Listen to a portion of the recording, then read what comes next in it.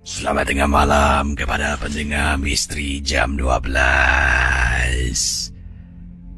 Saya Kis akan bacakan kisah yang pertama pada tengah malam ini. Saudara,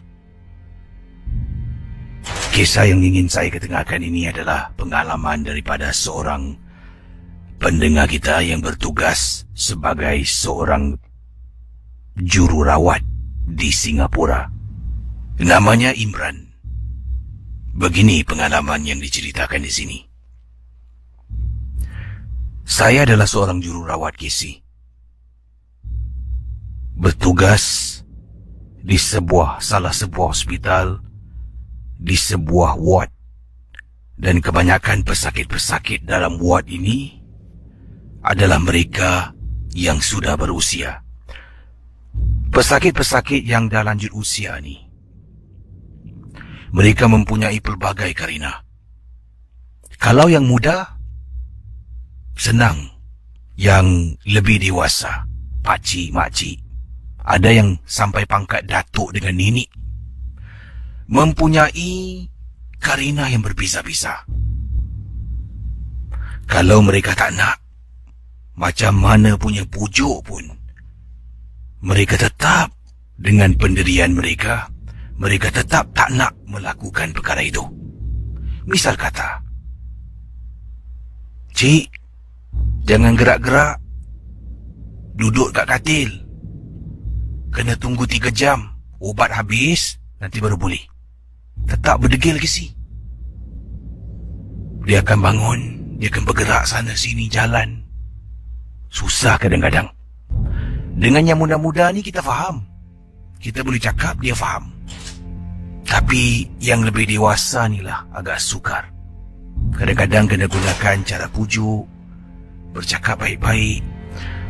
Sampaikan ada seorang pesakit. Ini merupakan seorang lelaki, pangkat datuk. Dia ni dimasukkan ke hospital atas sebab semput. Mempunyai penyakit semput yang dahsyat. Ini kalau term yang dipanggil chronic asthmatic. Malam-malam hari semput dia akan datang sebab cuaca sejuk. Nanti akan kedengaran suaranya dalam hospital. Malam yang sunyi dan sepi dapat kedengaran dari jauh.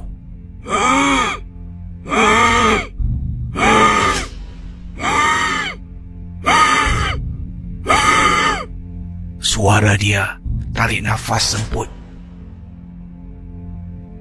Dah kasih ubat pun kadang-kadang masih lagi begitu. Pendengar Misteri Jam 12.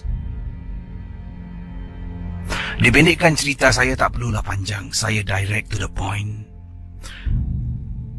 Datuk ni yang berusia 92 tahun meninggal dunia. Setelah dia tiada, katil beliau untuk 2 malam kisi. Katil tu 2 malam kosong, tak ada orang. Dan untuk 2 malam tu, setiap jururawat termasuk saya yang lalu dekat katil tu, kalau kita berada dekat katil, satu katil ni sedang periksa BP ataupun blood pressure, kata beliau, sedang tengok apa yang patut diberikan ubatan dan sebagainya. Jadi katil yang kosong di belakang kami, semua akan dengar bunyi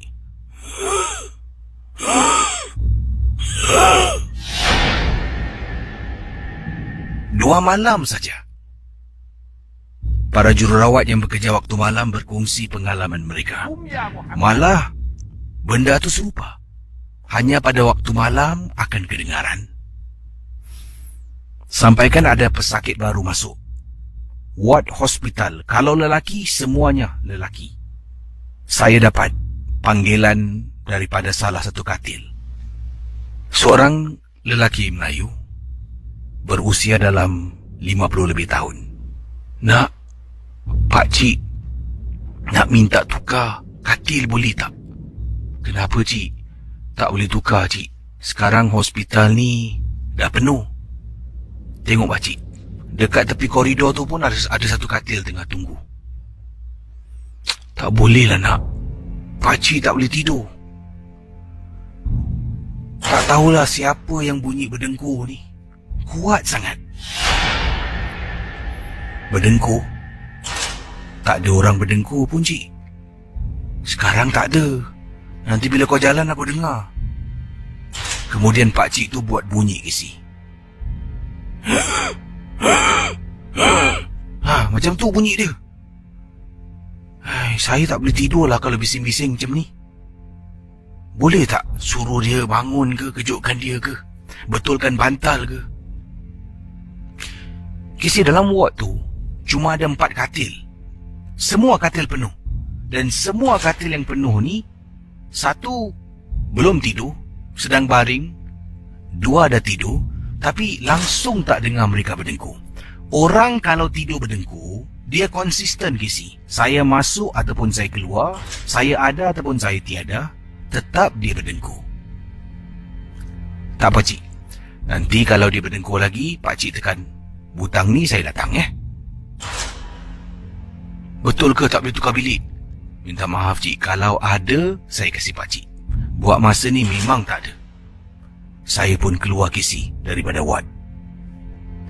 Sedang berjalan nak keluar, saya dengar.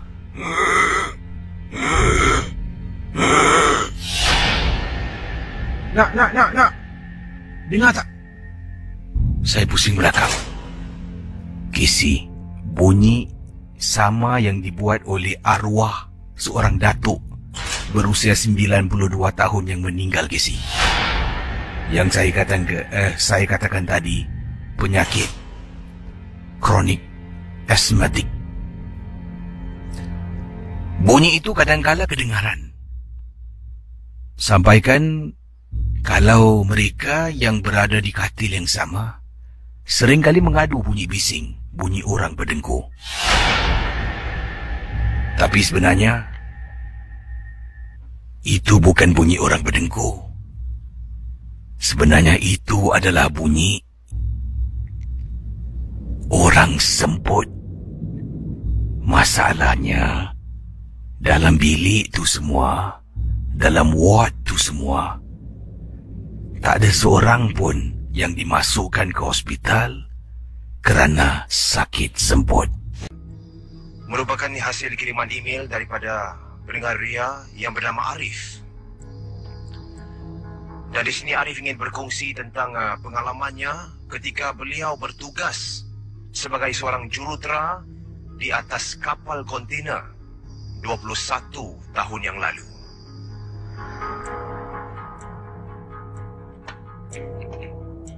Assalamualaikum kepada DJ dan para pendengar Misteri Jam 12 sekalian. Saya Arif dan cerita ini saya ceritakan pada anda ketika saya bertugas sebagai seorang jurutera. Dan kini saya sudah pun bersara daripada bekerja di atas kapal semenjak saya mula berkeluarga. Maklumlah dulu, sebagai seorang anak kapal tu saya bujang. Saya boleh menaiki kapal yang besar dan masa tu kapal yang saya naik melakukan pelayaran daripada Yokohama ke Long Beach di California. Dan kapal itu melalui lautan Pasifik yang sangat luas. Dan untuk pengetahuan pendengar Misteri Jam 12 sekalian, apabila kita bertugas di atas kapal ni, kadang-kala kita sebagai jurutera ada shift tertentu yang perlu kami ikut. Dan pada malam kejadian, pada masa itu saya sedang beristirahat di dalam kabin saya, nak tidur pada malam itu. Namun begitu anehnya pada malam itu, walaupun badan saya kepenatan, saya tidak dapat tidur. Dan bayangkan dalam kapal yang besar itu banyak kabin, ibarat hostel di tengah laut lah. Dan setelah selesai bertugas pada malam itu, saya langsung masuk ke dalam bilik kabin untuk beristirahat. Kami ni kerja shift. Jadi kadangkala walaupun kabin itu boleh didiami 10 orang kru, boleh muat 10 orang kru, tapi pada malam itu saya saja berada dalam kabin tersebut. Sedang saya cuba untuk tidur pada malam itu. Bayangkan, saya keseorangan dalam bilik kabin yang boleh muatnya 10 orang kat dalam, tapi saya saja keseorangan di dalam. Dalam keadaan yang gelap, sekiranya anda menjenguk di luar jendela, anda hanya boleh nampak laut sahaja. Dan pada malam itu, apabila saya cuba tidur, pintu kabin saya, yang ketika itu berada hanya beberapa kaki daripada tempat saya baring, terbuka sendiri. Saya muskilah, saya terperanjat. Kerana kalau anda pernah masuk di dalam kapal, pintu kabin ni sebenarnya boleh berkunci daripada dalam untuk keselamatan diri. Jadi saya muskil, macam mana pintu yang awal tadi saya telah pun tutup daripada dalam boleh terbuka dengan sendirinya. Dan walaupun saya dalam keadaan ngantuk, saya beranikan diri juga untuk menoleh ke arah pintu kabin yang terbuka dengan secara tiba-tiba tersebut. Dan perasaan saya mula seram sejuk. Sebab apa yang saya nampak tu akan saya ingat selama-lamanya, sebab saya ternampak dua makhluk muncul di depan pintu kabin itu. Dan nampak kelibat dua orang wanita. Satu susuk badannya seperti seorang dewasa, dan sebelahnya seperti seorang budak kecil yang sedang berpimpin tangan bersama wanita dewasa itu. Saya cuba cam muka tersebut. Mana tahu kru ke apa. Tapi oleh kerana dalam keadaan yang gelap, saya tak nampak muka mereka. Gelap sahaja. Saya tergamam. Dan ketika makhluk-makhluk ini pergi mencari sesuatu di dalam kabin saya tu, mereka dalam keadaan berpimpin tangan sahaja. Saya hanya terdiam, terkunci di atas katil, melihat mereka berjalan berpusing-pusing di dalam kabin. Dan saya teruskan beristighfar, tak lepas kata-kata itu daripada mulut saya. Mungkin Tuhan nak kabulkan doa saya. Selepas berpusing, beberapa pusingan itu, semakin mereka mendekati saya, tiba-tiba mereka lenyap daripada pandangan saya. Dan ketika itulah saya dapat bergerak dengan cepat. Saya tarik selimut saya, tutup muka, dan terus saya tertidur sampailah ke pagi. Dan ketika saya bangun, saya jumpa Kapten. Pagi itu saya tanya, awak ni ada pakai kru wanita ke tak? Kapten tu muskil lah. Kenapa awak tanya macam itu? Setahu saya kru kita semua lelaki. Dah berapa lama awak kerja kat atas kapal ni, takkan awak tak tahu? Dan saya ceritakan cerita tersebut terhadap kapten saya. Dan beliau sekadar tersenyum dan mengatakan, inilah adat resam menjadi seorang anak kapal. Sekian saja kejadian misi saya yang berlaku 21 tahun yang lalu semasa berlayar di atas kapal. Dan terima kasih kepada DJ yang bertugas kerana dapat ketengahkan cerita saya kepada para pendengar. Dan maaf kalau tulisan saya tak teratur, maklumlah, dah lama tak tulis karangan. Terima kasih kami ucapkan kepada Encik Arif yang merupakan jurutera yang telah pun bersara. Beliau telah mengalami kejadian ini 21 tahun pada awalnya. Dan tentu sekali mereka yang sedang bekerja kapal pada ketika ini. Dan saya pernah juga mendapat kiriman SMS bagi mereka yang sudi mendengar MJ12 ni, ada juga yang sedang bekerja kapal. Jadi mungkin peringatan kepada anda, jangan ditegur sekiranya ternampak kru yang bukan merupakan anak kapal anda. Pendengar 897 FM, selamat tengah malam. Saya Casey ucapkan kepada anda semua, terima kasih kerana sudi mendengar siaran misteri jam 12. Lebih banyak kisah akan saya teruskan. Berikut ini kisah daripada Kak Maimun dan rakan-rakan misteri jam 12. Kak Maimun ingin ketengahkan satu peristiwa yang berlaku dalam rumah, dalam bilik tidurnya. Dan saya pasti ramai di antara anda sedang mendengar dalam bilik tidur anda. Kak Maimun menceritakan gangguan mula berlaku setelah suami meninggal dunia. dalam keluarga Kak Maimun sebelum ini, suami, Kak Maimun, dan seorang anak gadis. Itu merupakan satu-satunya anak tunggal dalam perkahwinan antara Kak Maimun dan arwah suaminya. Anak gadis Kak Maimun berusia 16 tahun. Dan teman pendengar Ria 897 kata Kak Maimun, apa kabar Kisi, dan Assalamualaikum warahmatullahi ta'ala wabarakatuh. Kisah yang ingin kakak ketengahkan, suatu malam setelah beberapa bulan, gangguan benda-benda yang pelik mula berlaku dalam rumah. Kakak tak nak ceritakan apa yang sebelum ini yang pelik, yang kecil-kecil, tapi antara gangguan yang paling menyeramkan berlaku dalam rumah apabila kakak sedang baring di atas katil. Malam tu tak boleh tidur. Kakak masuk tidur sekitar 11 lebih malam. Golek kiri, golek kanan, dapat lelap mata sekejap, kemudian akan tersadar. Nak cakap panas, bilik ada aircon, ada kipas, katil selesa, tapi tetap tak boleh tidur. Entah macam mana, tiba-tiba dalam keadaan tengah malam, kakak tak ingat jam berapa, sebab bila dah tidur terbangun balik, rasa-rasa mungkin selepas 12 tengah malam. Apa yang berlaku pendengar Ria 897 kata Kak Maimunah. Pada mulanya kakak sedang tidur, badan kakak miring sebelah kiri, di mana wajah kakak memandang ke arah tembok di atasnya tingkap. Belakang kakak merupakan tempat kakak turun naik katil. Jadi sedang baring miring sebelah kiri, tengok tingkap, tengok tembok. Kakak dengar orang buka pintu bilik. Casey, kakak pun toleh ternampak anak kakak. Anak kakak berjalan dari pintu bilik dengan rambutnya yang panjang. Dia berjalan. Kemudian dia baring di atas lantai, betul-betul tepi katil. Kakak baring sebelah dalam. Bila anak kakak masuk bilik, jalan Casey. Seolah-olah anak kakak macam sleepwalking, berjalan dalam tidur. Dia bergerak sampai depan katil, betul-betul antara katil dengan almari. Disitulah dia baring tengah-tengah di atas lantai. Jadi bila anak kakak baring, kakak dah tak nampak dia sebab katil kakak ni tinggi. Katil jenis yang tinggi. Jadi kakak pun cuba golikkan badan. Alangkah terperanjatnya. Bila kakak golikkan badan, awal tadi kan kakak kata nampak anak baring di atas lantai. Pendengar Ria 897 FM. Kata Kak Maimun, tak ada orang pun di atas lantai dalam bilik tidur kakak, Casey. Kakak terperanjat.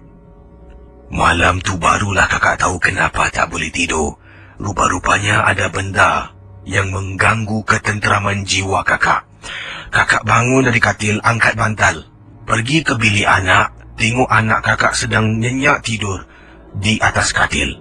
Kakak pun tak nak kejutkan dia. Buka pintu, kakak tutup pintu bilik. Kakak baring di atas lantai. Anak kakak terperanjat bila nampak kakak terbaring lah. Bila dia nak pergi tandas, sampaikan dia kejutkan kakak.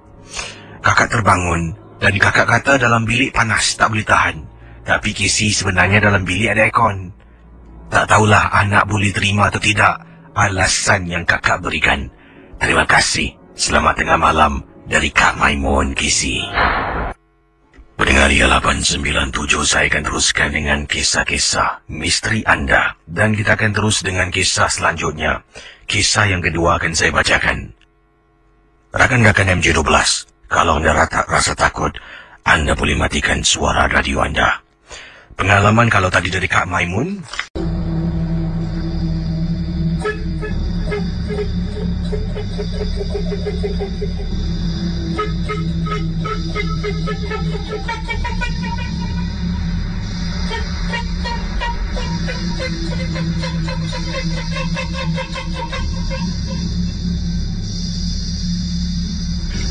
Pendengar Ria 897, bunyi yang tadi cuba saya hasilkan bukanlah satu bunyi yang kelakar, tetapi inilah yang dialami oleh keluarga kita, keluarga misteri jam 12. Assalamualaikum warahmatullahi ta'ala wabarakatuh. Nama saya Nur Ashikin, Casey boleh panggil saya Shikin saja. Waalaikumsalam, Shikin.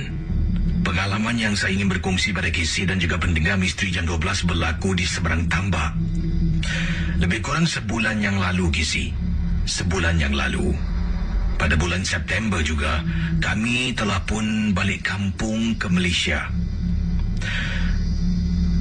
Kampung yang disebutkan ini adalah sebuah kampung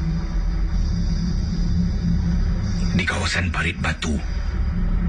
Kampung makcik saya. Sebenarnya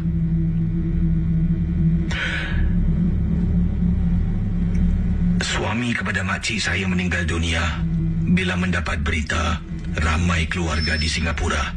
Katanya ramai keluarga di Singapura telah pun bergegas ke seberang tambak untuk menziarahi si arwah yang meninggal dunia.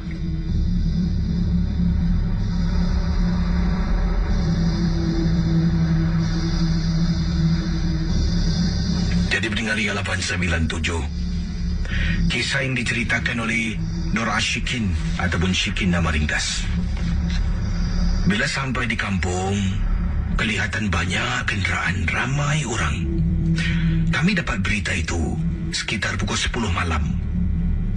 Kami sampai sekitar 12 lebih tengah malam. Rakan-rakan MJ12 hampir 1 pagi sampai ke seberang tambak. Parit Batu nama kawasannya. Di luar rumah banyak kenderaan dan juga mungkin saudara mara terdekat yang dah sampai. Jenazah akan dikebumikan keesokan harinya. Pada malam itu ramai yang duduk dalam rumah dan mula membaca surah-surah Yasin. Dari dalam bilik di mana jenazah diletakkan dalam bilik sampai keluar ruang tamu semua sedang membaca. Jadi kisahnya begini. Saya, suami, kakak ipar, adik-beradik, lebih kurang dalam 4 kenderaan sampai. Makcik menangis dalam rumah tepi suami yang sedang terbujur baring di atas katil. Ramai orang sedang membaca surah Yasin. Casey, dipendekkan cerita, tiba-tiba Casey, makcik saya ni membuat satu bunyian yang menakutkan. Dia mendongak ke langit, kemudian dia membuat seperti bunyi seekor ayam. Ramai-ramai yang berada dalam bilik yang sedang membaca surah Yasin terperanjat dan melihat ke arah makcik dalam keadaan tidak biasa. Apa yang memeranjatkan sangat depan mata saya, lidah makcik saya boleh keluar panjang sampai ke dadanya. Memang tidak boleh dibuat oleh manusia manapun. Lidahnya terkeluar panjang bila saya nampak. Saya terperanjat, Casey. Ingatkan dalam filem berlaku perkara macam ni. Pak Long yang ada dalam bilik tersebut, minta maaf, boleh keluar sekejap tak? Menyuruh beberapa orang dalam bilik keluar termasuk saya. Dalam bilik hanya Pak Long dan juga 2 lagi pakcik saya dengan makcik yang berada dalam bilik seolah-olah terkena sampuk. Saya keluar dan tak tahu apa berlaku dalam bilik, tapi saya dapat dengar bunyi seperti seekor ayam. Berkali-kali kedengaran. Mala yang sedang baca di luar satu persatu berhenti dan memandang ke arah satu sama lain. Dipendekkan cerita, akhirnya setelah lebih kurang 40 minit, Pak Long dan juga 2 pakcik keluar. Mak Long saya bertanya pada suami kenapa. Dah sudah, jangan ditanya. Teruskan baca Yasin, teruskan. Yang lain boleh masuk bilik. Makcik saya yang orang Malaysia ni, Casey, sedang duduk tepi katil, seolah-olah kelihatan lemah sangat-sangat. Tapi setelah kejadian malam tersebut, dia kembali pulih dan tidak ada apa-apa lagi gangguan yang berlaku. Tapi itulah pengalaman. Saya sayang tak dapat lihat sebenarnya apa yang berlaku. Terima kasih dan selamat tengah malam. Dan juga sini ada kiriman daripada Kak Aminah Rashid. Assalamualaikum, Waalaikumsalam warahmatullahi taala wabarakatuh. Kakak pernah mengalami satu peristiwa menakutkan. Yang ini berlaku di sebuah hotel bajet di Melaka. Yang kakak tinggal lah di sana. Dan kakak, apa yang kakak nak ceritakan ni tentang pengalaman yang ringkas saja. Pada satu malam ketika kakak dengan suami sedang tinggal di hotel bajet di Melaka ni, kakak terbangun. Sebabnya sebabnya kakak termimpi mimpi yang menyeramkan pada malam ketika kejadian menakutkan ini berlaku. Jadi bila terbangun mimpi yang menyeramkan ni, kakak istighfar beberapa kali lah. Tengok suami berdengkur, nyenyak tidur. Oleh kerana kakak rasa tak sedap hati, lepas bangun tu macam rasa sesuatu yang tak kena. Jadi kakak pun langsung pergi ke tandas dalam hotel bajet tu untuk ambil wuduk lah, supaya kakak dapat tenangkan diri dan dapat tidur balik dengan betul. Kakak bangun menuju ke arah tandas. Jadi hotel bajet ni, dari tandas kakak berdiri sedang nak ambil wuduk ni, kakak terperasan dekat katil tu. Katil hotel bajet bukan macam katil hotel yang kita tinggal, hotel mewah, di mana bawah katil tu semua ditutup. Yang hotel bajet ni, katilnya macam katil bawah ada kosong, ada lopong. Apa yang kakak lihat terkejut kisi apabila ternampak macam ada orang tengah baring bawah katil dalam bilik hotel bajet yang gelap.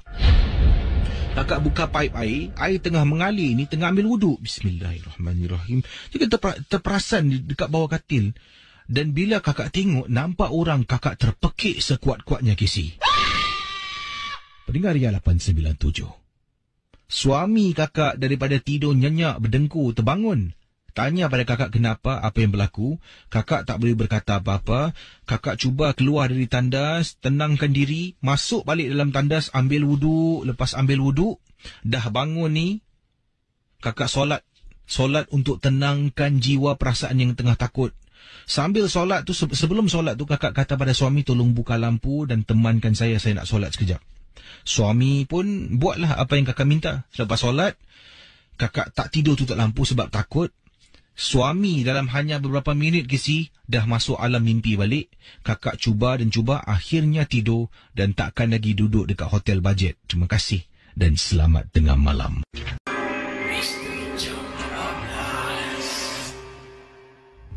Baik, saudara, kisah yang ingin saya bacakan ini sejauh mana kebenarannya? Tidak ada sebarang bukti yang boleh mengesahkan kisah yang ingin saya bacakan kepada anda. Jangan kita mudah percaya, jangan terlampau taksub dan jangan terikut-ikut. Itu yang ingin saya beritahu anda sebelum saya ketengahkan pengalaman berikut ini. Dan bila kita cuba bayangkan situasi yang digambarkan oleh pengirim, saya rasa agak seram sedikit.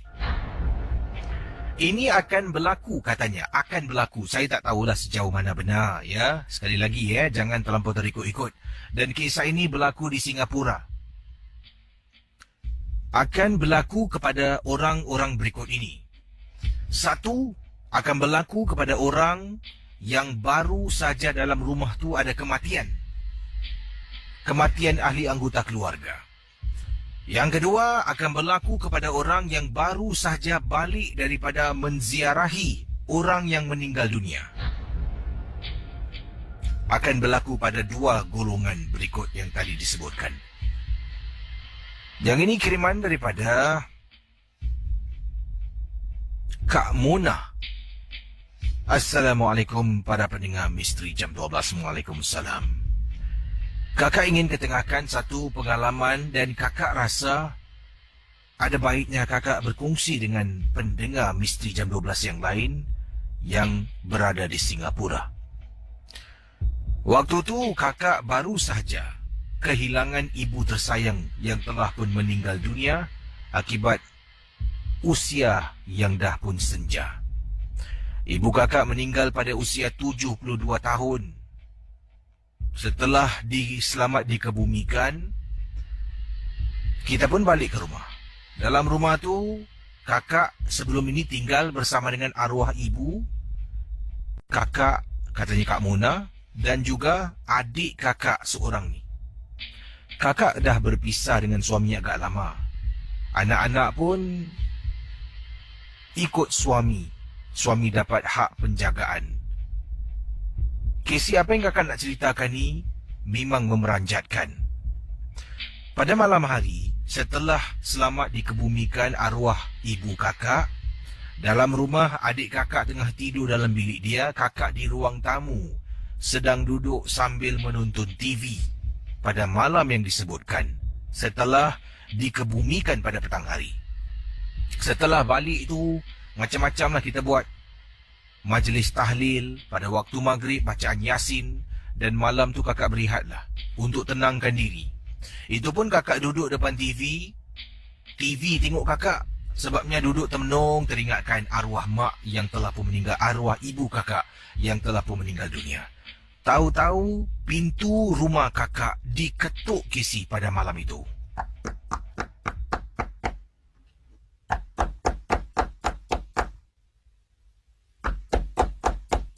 Kakak bangun, kakak berjalan ke pintu rumah dan kakak buka pintu rumah. Terkejut apabila ternampak ada seorang makcik sedang berdiri dengan berselindang. Wajahnya memang amat menyeramkan. Casey nak tahu dia nak apa. Ya, Cik. Cik cari siapa? Nak, makcik datang sini. Nak cari orang baru meninggal. Jadi saya ingatkan yang makcik ni cari arwah ibu saya lah. Mungkin cara dia cakap tu salah. Oh, makcik cari Cik Sapia ya, mak saya. Mak saya baru meninggal, Cik. Baru tadi tengah hari dikebumikan. Makcik tak cari ibu kau. Makcik nak cari roh ibu kau.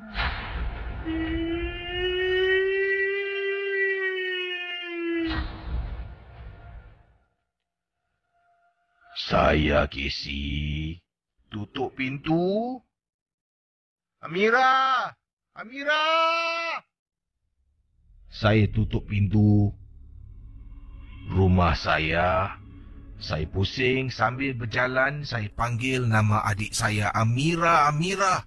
Amira bangun keluar dalam keadaan cemas. Kenapa, Kak? Kak, kenapa, Kak? Amira tahu tak? Tak di depan pintu ada makcik ni datang. Kakak ingatkan dia cari ibu. Kakak cakap lah arwah ibu dah meninggal. Tadi baru kebumikan. Dia kata tak cari ibu. Dia cakap dia cari roh arwah ibu. Pendengar Misteri Jam 12.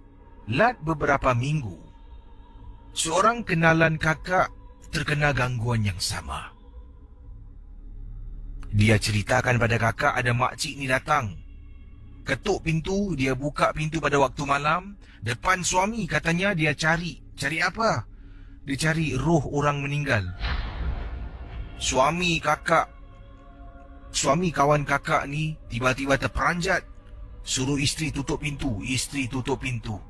Malam tu diganggu. Tapi kakak pada malam tu hanya setakat nampak makcik di depan pintu rumah saja.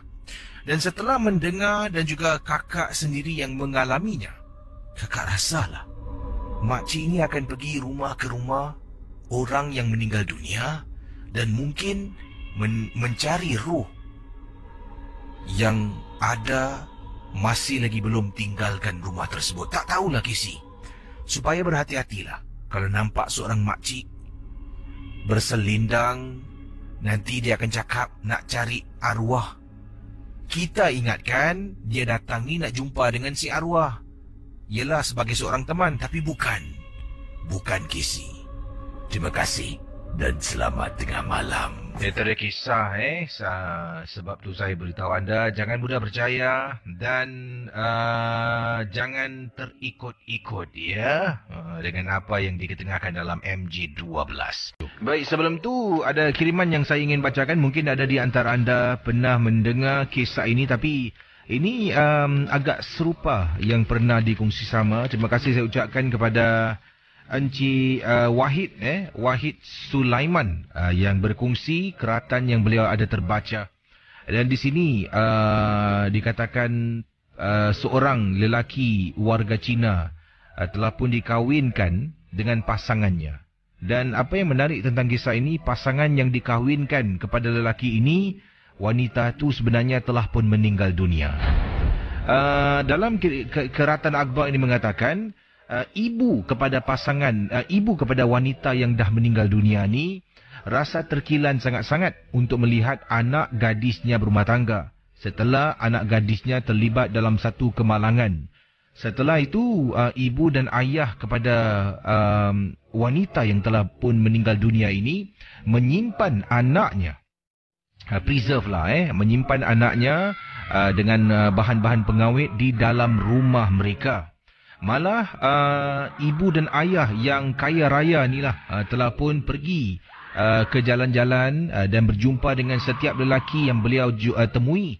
Katanya, engkau nak kekayaan tak? Aku nak kasih kau duit dan sebagainya lah. Tapi dengan satu syarat, kalau engkau nak dapat kekayaan aku, engkau nak kena kahwin dan tidur dengan anak aku. Jadi ramai lelaki-lelaki yang inginkan tawaran yang diberikan oleh pasangan suami isteri ini. Dan mereka sejurus saja melihat bakal istrinya, pasangan lelaki ini terus tak jadi nak kahwin dan tinggalkan rumah tersebut. Sampaikan pada suatu hari lah, setelah sekian lama mencari, jumpa seorang jejaka yang tinggal di dalam sebuah kampung yang agak dalam, di mana tawaran yang sukar untuk ditolak, wang yang berjuta dolar yang diberikan oleh keluarga anak orang kaya ni lah. Sebabnya ibu dan ayah memang cukup-cukup ingin melihat anaknya yang dah pun meninggal ni berumah tangga. Jadi oleh kerana hasrat tu tak tercapai ketika hidup, mereka teruskan hasrat mereka supaya tercapai ketika anaknya meninggal dunia. Dalam akhbar ini mengatakan, satu persatulah lelaki dia jumpa, dia bawa datang rumah, wah nak kahwin dengan anak aku. Kononlah saya rasa macam itulah. Jadi apabila lelaki satu persatu datang, mungkin disajikan dengan minuman teh, dia cakap, baiklah sekarang kau ada sedia nak tengok anak aku? Boleh ya. Semangatlah dapat duit ni berjuta dolar ni nak jadi pewaris harta benda ni. Kemudian bawa naik atas, masuk dalam bilik anak, buka pintu, anak tengah baring atas katil tapi tidak bergerak. Jadi bila ditanya kenapa anaknya tengah tidur ke? Tak, anak aku sebenarnya dah meninggal dunia. Dan akhirnya ada seorang lelaki yang telah pun setuju berkahwin dengan anak kepada dua pasangan suami isteri inilah, dan mendapat wang yang agak banyak, walaupun setelah ketahui bakal istrinya adalah seseorang yang dah pun lama meninggal dunia. Jadi untuk membuktikan rasa kasih dan sayang, lelaki tersebut harus meniduri isteri yang dah mati dalam rumah mereka. Jadi mak bapak ni cakap, okey, kau masuk dalam bilik, kau tidur dengan anak aku. Upacara persandingan berjalan macam biasalah. Ada jemputan orang-orang tertentu. Malah wanita tersebut bila didirikan di belakang papan, beralaskan badannya papan dan berdiri tegak. Matanya tu telah dibuka dengan menggunakan sejenis pelekat mata dan diletakkan katanya contact lens supaya mata wanita tu tidak kelihatan seperti orang yang dah pun meninggal dunia. Dan malam tu lelaki tersebut dibawa masuk ke dalam bilik bersama dengan mayat istrinya untuk tidur dengan isteri tersebut. Dan lelaki ini difahamkan harus melakukan perkara-perkara ... ini. Anda bayangkan, Kemudian untuk beberapa bulan sebelum ibu dan ayah wanita ini mengesahkan yang mereka akan berikan wang kepada jejaka tersebut. Walau apapun, jangan mudah kita percaya dan terikut-ikut dengan apa yang diketengahkan dalam Misteri Jam 12. Kata pendengar kita, Kisi ada pernah putarkan lagu ataupun nyanyian seperti seorang perempuan menyanyi Suara nyanyian ni pernah saya dengar ketika saya menginap di salah sebuah resort di Malaysia. Lebih tepat lagi, di resort di kawasan Desaru. Adakah ini maksudkan suara yang ini?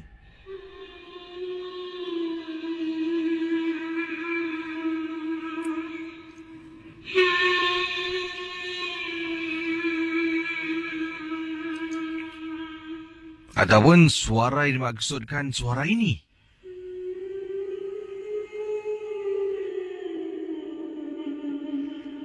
Okey, ini kata Hirman, pengalaman saya Casey, dengan kawan-kawan lah, sekumpulan kawan-kawan lelaki. Kita lebih kita lebih kurang dalam 4 orang, bercuti di salah sebuah resort di Desaru. Apa yang berlaku Casey? Apabila saya dengan teman-teman dah pun nak tidur waktu malam, jadi katil ke atas tu adalah katil, kalau tak silap saya, katil queen size. Katil queen size. Tak begitu besar. Paling-paling pun 3 orang boleh tidur lah. 3 orang. Saya tak nak tidur rapat-rapat dengan members-members. Rasa tak sedap Casey. Walaupun kita brothers, kata beliau.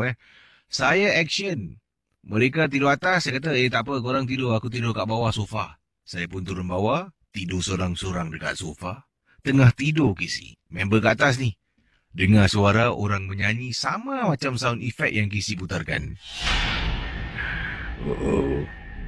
Jadi pada mulanya, saya ingatkan bunyi suara TV. Sebab saya tidur bawah, televisyen tu dekat bawah. Buka mata tengok, TV off ataupun dimatikan. Bunyi apa pula ni? Bodoh lah. Semakin saya diam, semakin menjadi-jadi Casey. Yang membuat saya terus tinggalkan ruang tamu dekat bawah, naik atas. Apabila tengah baring, mula dengan suara yang seterusnya berikutnya. Televisyen yang mati itu hidup. Menyala dengan sendirinya. Kemudian, suara kuat macam ada orang tekan butang remote control untuk kuatkan suara. Saya ambil remote control, saya matikan TV. Naik atas Casey, tolak kawan saya. Tepi. Alah, kau ni kata tadi nak duduk bawah. 4 orang tidur atas katil queen size. Sempit pun sempit lah Casey. Kekok pun kekok lah Casey. Itulah pengalaman yang pendek. Terima kasih. Ada iklan yang ingin disampaikan. Tapi ini adalah satu peristiwa berkenaan dengan seorang pendengar kita yang bernama, mana ni kita Okey, ini daripada Fura. Fura berkongsi pengalaman beliau balik rumah naik lift. Waktu dia naik lift tu, dalam kisah ini katanya selepas antara 1 pagi sampai 2 pagi, beliau balik rumah selepas keluar dengan kawan-kawan, balik agak lewat, naik lift sorang-sorang. Sesuatu berlaku pada dirinya. Nantikan kita akan kembali selepas pesanan berikut ini. Dengar Ria 897. Kisah berikut ini seperti saya katakan datang dari Fura. Beliau balik agak lewat, jam lebih kurang antara 1 hingga 2 pagi pulang ke rumahnya. Dalam pengalaman Fura menaiki lift, rumahnya itu berada di tingkat 13. Rumah tingkat 13. Naik lift pada waktu tu beliau seorang diri. Dan katanya ini adalah satu kebiasaan manusia. Sekarang ini tak kisah lelaki atau perempuan. Tapi kalau perempuan confirm pasti plus chop akan buat perkara ini. Kita kalau jalan nampak cermin, kita akan tengok diri kita sendiri. Tengok refleksi, tengok rambut lah, tengok makeup lah, tengok diri kita, tengok pakaian.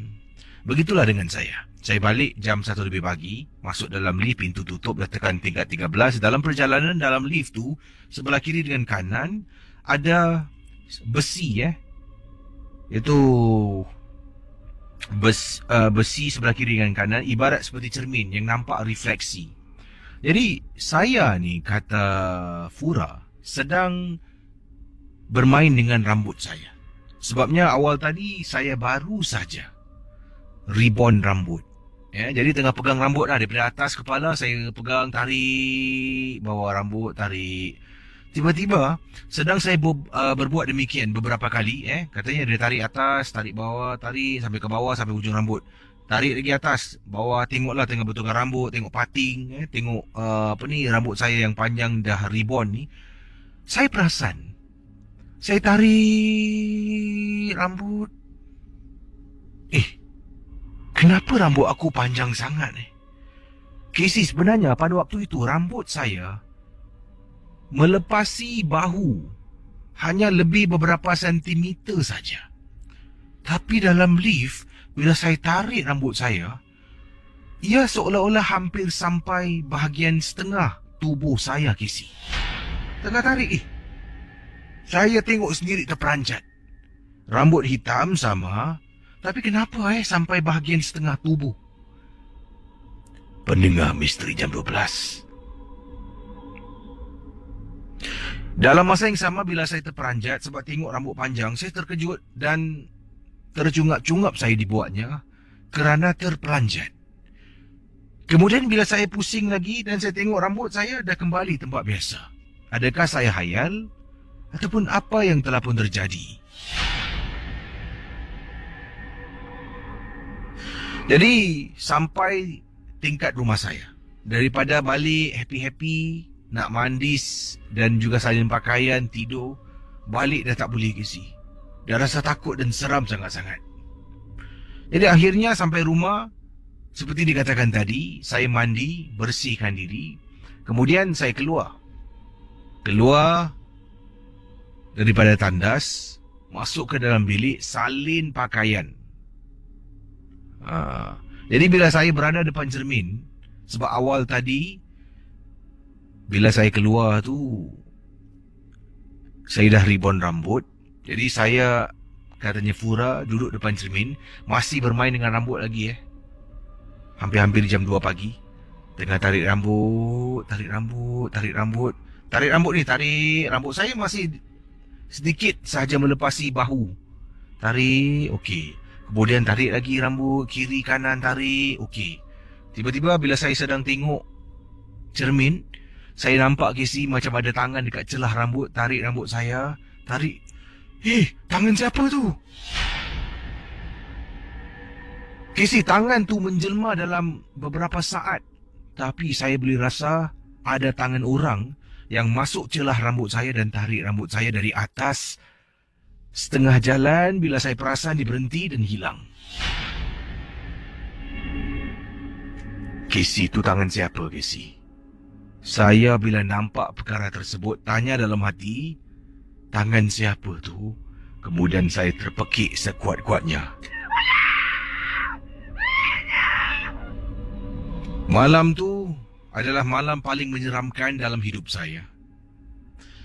Jadi akhirnya perkara ini menjadi satu gangguan dalam hidup. Yang mana dalam rumah kadang-kadang ternampak kelibat. Sebelum ni tak ada. Selalunya saya yang ternampak, saya yang kena. Dan mendengar Ria 897 FM. Kata Fura, setelah saya terkena gangguan tu, saya takut sangat-sangat. Takut nak duduk dalam bilik seorang diri, nak duduk dalam rumah seorang diri, nak naik lift seorang diri. Jadi ibu saya lah teman saya ke mana saja saya pergi. Katanya Fura, terima kasih dan juga selamat malam, Casey. FYI, rambut panjang melebihi paras bahu sampai setengah tubuh dan juga pendengar Ria 897 FM. Bila saya balik tu, sedang tengok cermin, macam ada orang pula yang sedang membelai-belai rambut saya sebab saya nampak jari orang masuk celah rambut dan tarik seperti mana yang saya lakukan. Sementara saya nantikan panggilan dari anda. Ini datang daripada Muhammad Syazwan Abdul Hamid. Kata beliau, Assalamualaikum, Waalaikumsalam warahmatullahi ta'ala wabarakatuh. Saya nak berkongsi satu kisah pernah terjadi pada saya di Kuala Lumpur dan saya menginap di sebuah hotel. Saya tak perlu sebutlah nama hotel ni hotel ini dekat dengan penjara Pudu. Yang sekarang ni dah pun terbengkalai nampaknya. Ataupun dah dirobohkan Apa yang berlaku? saya pernah masuk salah bilik hotel. Pelik kan? Bilik hotel ni menggunakan kad, access card untuk masuk. Tak perlu kunci yang biasa, menggunakan access card. Yang saya hairan, access card untuk masuk ke bilik yang saya ada boleh tap dan boleh termasuk bilik lain, kata Syazwan. Jadi saya pergi ke sana sebenarnya untuk berjumpa dengan beberapa orang rakan lah, untuk berbincang tentang bisnes kolaborasi antara saya di Singapura dan teman-teman saya yang ada di Kuala Lumpur. Jadi setelah saya habis jumpa mereka, waktu tu dah agak malam, sekitar jam 11 lebih malam. Saya pun dah terlampau penat. Saya balik bilik hotel dengan keadaan penat sangat-sangat, kepala saya mabuk. Saya pun pergi bilik, saya tap. Bila tap, pintu terbuka. Saya pun tak fikir panjang. Masuk dalam bilik tu, tutup. Tutup, masukkan kad. Aircon menyala, lampu menyala. Terus dekat katil juga saya baring, tak fikir panjang. Saya baring dekat katil. Baring sampaikan saya terlelap pada waktu itu. Pendengar Ria 897 FM, saya terbangun daripada tidur saya. Setelah saya rasa mungkin setengah jam, 40 minit saya tertidur dekat dalam bilik hotel ni. Saya terbangun sebab saya rasakan dekat katil yang saya baring tu, ada orang main lompat-lompat, Casey. Macam ada orang diri di atas katil tu, kemudian dia lompat-lompat membuat saya terbangun. Bila saya bangun, saya dapat rasakan seperti ada orang yang baru bermain lompat-lompat daripada katil bilik hotel saya. Saya jadi tertanya-tanya. Saya bangun, saya tengok sekitaran saya dalam bilik hotel. Kemudian saya pun okeylah, aku dah tidur dah cukup. Mungkin tadi mimpi lah sebab terlampau kepenatan sangat-sangat. Saya pun bangun nak tanggalkan sepatu, baru saya perasan, ni bilik siapa ni? Mana aku punya beg-beg, barang-barang? Saya buka almari, tak ada. Kemudian saya tertanya-tanya lagi, mana barang aku? Akhirnya bila saya keluar daripada bilik hotel tu untuk tengok nombor pintu, saya berada di bilik hotel yang salah, Casey. Bilik hotel saya berada jauh daripada tempat yang saya ada. Saya dengan segera, Casey, angkat beg saya, haversack yang saya bawa keluar tadi. Saya sebelum nak keluar daripada bilik hotel ni, saya sempat toleh ke belakang. Saya ternampak dekat belakang langsir dalam bilik hotel ni, ada seperti susuk tubuh manusia berdiri di sebalik langsir bilik hotel, kemudian sedang menjenguk sambil memegang langsir dari jauh. Bila saya ternampak, saya istighfar berkali-kali. Saya keluar tutup pintu bilik hotel dan saya pegang kunci saya. Tadi aku masuk macam mana? Dengan access card yang sama, saya tap sekali lagi. Bilik hotel tu tak boleh terbuka pintunya. Tap lagi, tak boleh buka. Merah. Macam mana aku masuk tadi? Saya pun terus jalan ke beberapa pintu untuk masuk ke bilik saya. Bila saya tap card, lampu hijau, saya baru boleh masuk dan barulah saya nampak luggage bag saya. Dan juga itulah bilik hotel saya yang sebenar. Yang menjadi tanda tanya, Casey, bagaimana akses kad saya boleh masuk bilik yang bukan bilik saya? Bila saya sedang tidur, nyenyak tidur kerana kepenatan 30 hingga 40 minit, saya dapat rasakan ada orang bermain lompat-lompat di atas, katanya di sini orang bermain lompat-lompat. Jadi di atas katil, dapat rasakan dia tengah pejam ni, tengah tidur. Saya bangun, rupa-rupanya saya salah bilik, Casey. Untuk pengetahuan Casey, hotel yang dimaksudkan adalah ... Terima kasih dan selamat tengah malam. Okey, silakan 669-11897. Hello, selamat pagi. Halo, Casey. Apa kabar? Assalamualaikum. Waalaikumsalam. Ya, Pak Radin. Ya, ini ada kronik case. Casey tahu tak, ini untuk pengalaman, Pak Adin nasihatlah. Memang kita zaman-zaman dulu, nenek-nenek moyang kita ni, orang banyak mengamalkan apa tau, Casey, petua. Tapi bukan semua petua ni yang baik, Casey. Sebab petua ni adalah satu apa tau, kalau nak dikatakan dalam istilah bahasa Melayu, adalah amalan datuk nenek moyang yang dulu mungkin belum pengaruh dengan agama Islam, Casey. Kadang-kadang terbawa-bawa virus flu yang kronik ni ke zaman anak-anak muda generasi zaman sekarang. Ini dipanggil apa tak, Casey? Akibat chronic case loving couple, suami isteri. Kerana apa? isteri dia ni asyik taksub dengan pelajaran nenek dia yang suka mengajar dia waktu dia anak dara. Kau kalau nak buat satu perkara gunakan petua, tahu tak? Kalau apa-apa cucuku, jadi dia ni tertaksub dengan ilmu nenek dia. Sebab apa? Nenek itu pasal Pak Din cakap kan, dua kes ni. Nenek kalau dia tidak menurunkan ilmu saka, dia menurunkan ilmu petua yang kes kronik yang teramat sangat. Dua, iaitu saka atau petua. Tapi tanpa disedar kes ni, petua ni adalah satu amalan yang dipanggil khurafat juga.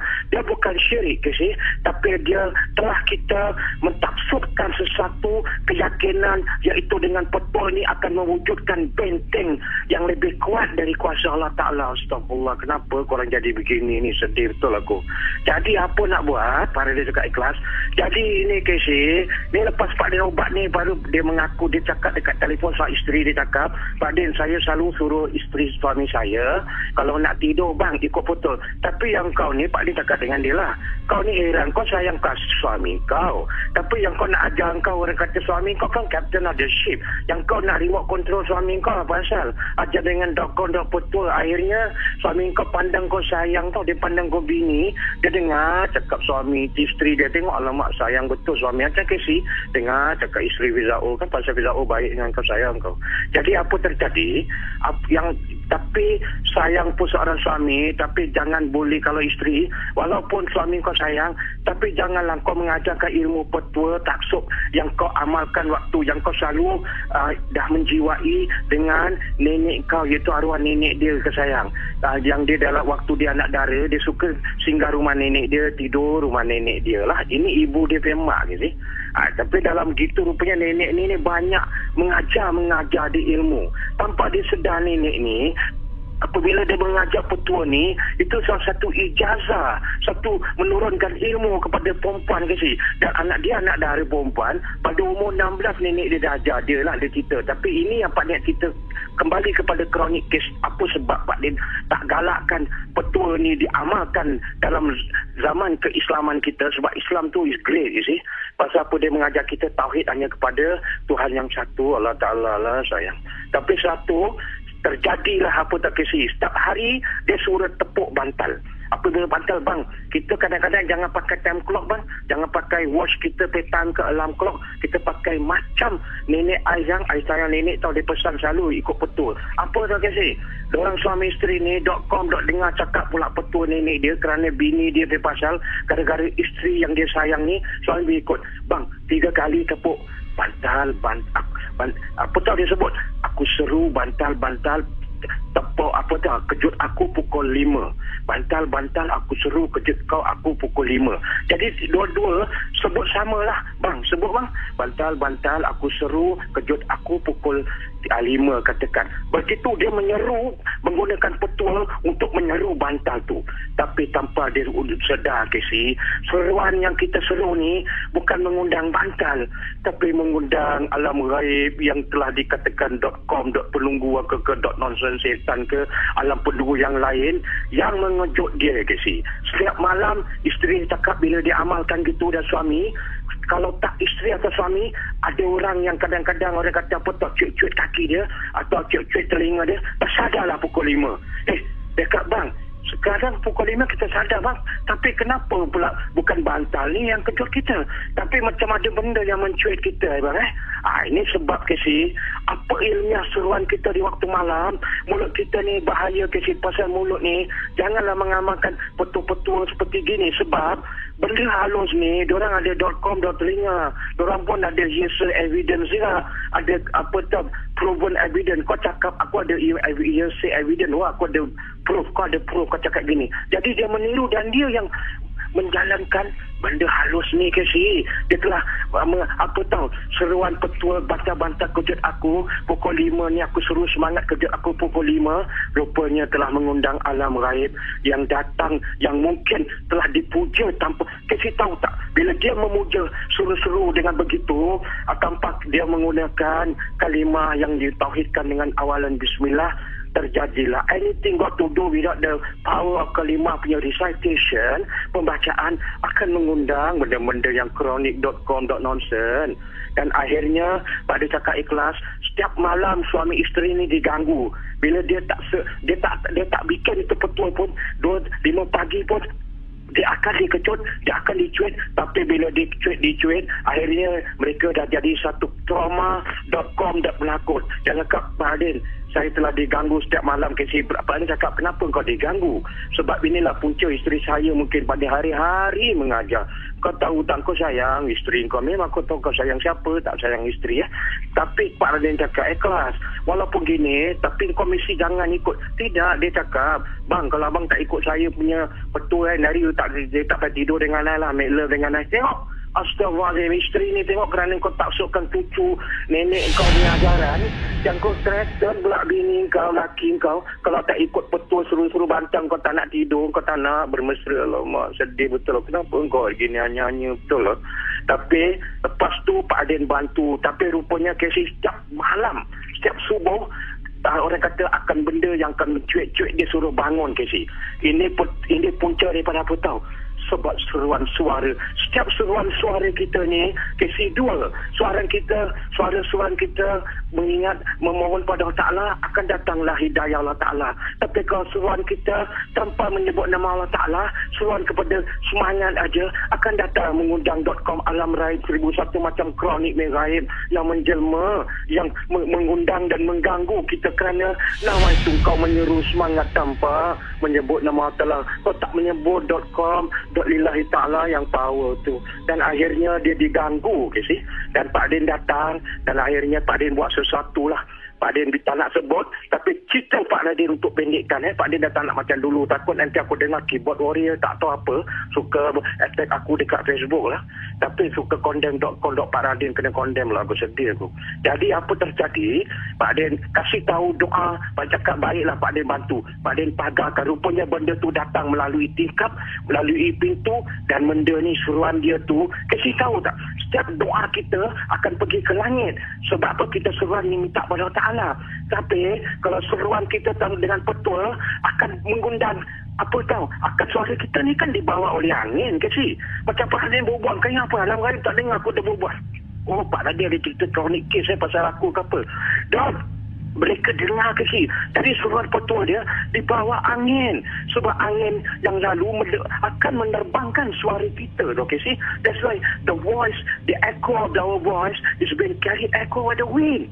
Dan akhirnya Pak Din bantu, dan Pak Din cakap dengan isteri dia, kau lain kali orang kata janganlah kau threaten ni suami kau. Kalau suami tak ikut betul, kau tak nak sayang, nak peluk sayang, tak baik tau.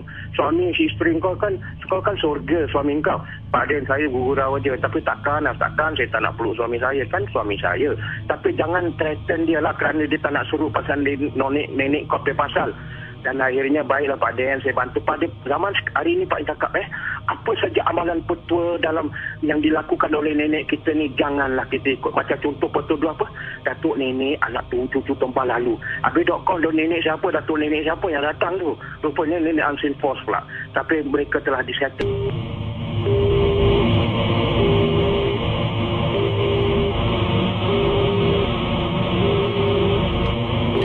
Saudara, terima kasih kepada semua. Dah 2 minit pagi. Casey undurkan diri. Saya jumpa anda esok malam dalam rancangan ataupun dalam geng burung hantu. Terima kasih pada semua yang mendengar rancangan MJ12, tak kira di mana anda berada. Dan esok ingatkan saya ada sebenarnya satu lagi kisah. Masa tidak mengizinkan, saya terpaksa tamatkan sesi bercerita saya pada malam ini. Kisah satu lagi yang saya nak kongsi sama ni adalah berkenaan dengan ini kiriman daripada seorang bekas pengurus artis. Benar ataupun tidak, ingat MJ12 hanya sekadar hiburan. Beliau bekas pengurus artis ni nak berkongsi tentang seorang artis yang beliau pernah jaga, dan ada satu amalan-amalan yang beliau lakukan. Tapi saya tak akan dedahkan nama artisnya siapa. Sama-sama kita dengar. MJ12 hanya sekadar hiburan. Ingat, jangan mudah percaya, jangan terikut-ikut. Apa jua yang dikongsi sama, anggaplah hanya sesuatu yang direka untuk hiburan semata-mata. Terima kasih dan selamat pagi.